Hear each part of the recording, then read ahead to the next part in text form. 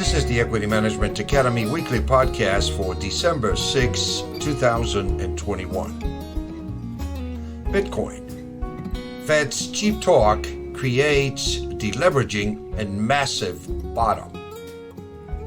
Summary. Powell was renominated as Fed chairman, which empowered him to talk about tapering the Fed's bond buying and possibly raise interest rates. This talk has hurt stock prices this past week. However, there is little chance that the Fed will raise interest rates in the next months or even year. If rates increase, defaults would explode across the world. Trader University recently posted a report on U.S. debt and its effects on the U.S. dollar as the world's reserve currency. Chairman Powell tried to inflate our way out of this debt, which was good for those who hold stocks in real estate. Stocks in housing prices rose rapidly, but those who do not suffered from inflation, such as rising gas and rent prices. This began to threaten politicians and their re-election prospects. Powell was renominated as Fed chairman, which empowered him to talk about tapering the Fed's bond buying and possibly raise interest rates. This talk has hurt stock prices this past week. However, there is still little chance that the Feds will raise interest rates in the next months or even year. The global economic system is too leveraged to raise interest rates. In the early 1980s, the U.S. debt to GDP was about 30% when Chairman Volcker raised rates. Today, our debt is about 120%, which makes it extremely difficult, if not impossible, to raise rates. If rates increase, defaults would explode across the world. The last time the Fed was tightening in 2018-2019, Bitcoin fell from 20,000 to 3,000 and stocks did poorly, but such declines were short-term. In the long term, both recovered. Today, even just talking about the Fed buying fewer bonds creates the stock market. So the Fed does not actually have to do anything. And it craters the stock market. Powell just needs to talk about tightening, which causes stocks and cryptocurrencies to fall.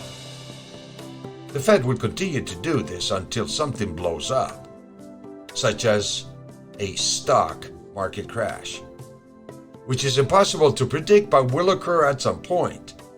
There could also be a new virus variant and a lockdown or some other factor that will damage the economy, and the Fed will have to start printing money again. If U.S. Treasury yields spike while stocks are crashing, the Fed gets worried and will stop any talk of tightening.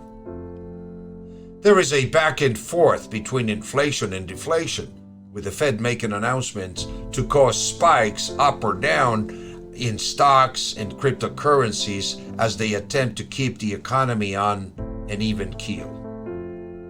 Over the long term, Bitcoin is still more than double where it was at the peak before the last Fed tightening. Even with the talk of tightening, some will blow up. That will cause the Fed to open the spigot again and print money, causing stocks and Bitcoin to roar up again. We are delighted to be able to buy Bitcoin at these new lows. It is a great opportunity to add to your position for the long term. If you own Doggy and coins, XRP or Solana, they are less favorable and would not be as comfortable about the future. However, the current Bitcoin bull market is not over.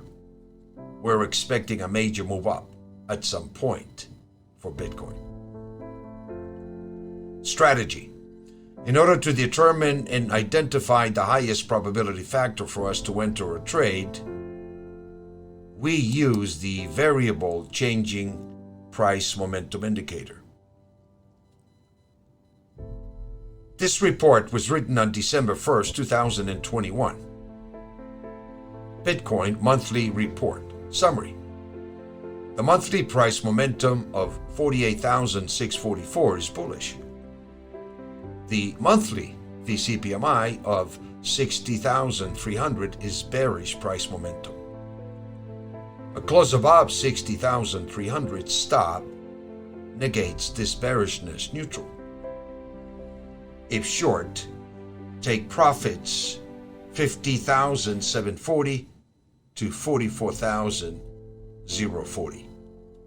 As I write this report, we have activated daily buy triggers. A close above 50,800 will confirm the bottom is in place as we integrate the weekly and monthly buy triggers. Thank you for listening. If you want to learn more about what we do, please go to the Equity Management Academy, ematotrade.com, or listen to any of our previous episodes.